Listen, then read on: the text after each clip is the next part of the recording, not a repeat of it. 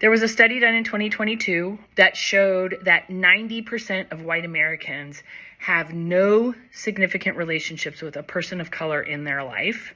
And this was actually a repeat of a study that was done not long after Michael Brown was killed in Ferguson, that was trying to understand why overwhelmingly African Americans saw that killing by a police officer as a racially based killing, and why overwhelmingly white Americans did not interpret it as having anything to do with race. At that time, the data showed that 91% of white Americans had zero meaningful relationships with someone who was Black.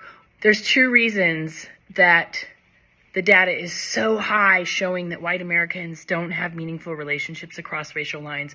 One is, I think, what Shantae Griffin was describing yesterday around how much we get stuck in actually normal, good neighborliness with Black people and other people of color as white Americans, because the impact of racism creates challenges for us when we think about just being a neighbor to a Black person who might live across the street.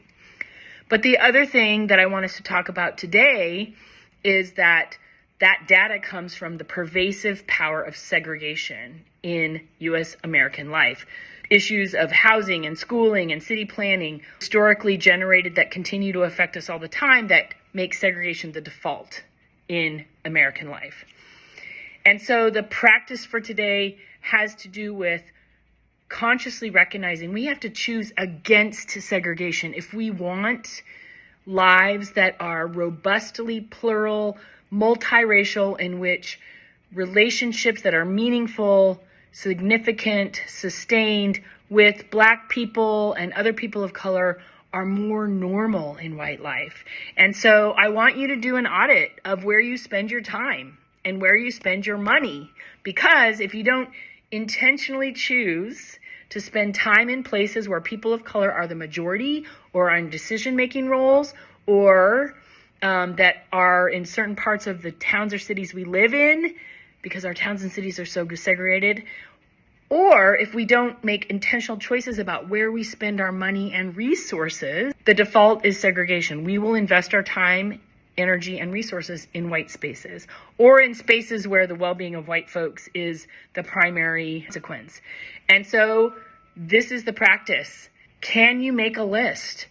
Where do you spend your time and energy? Where do you spend your resources?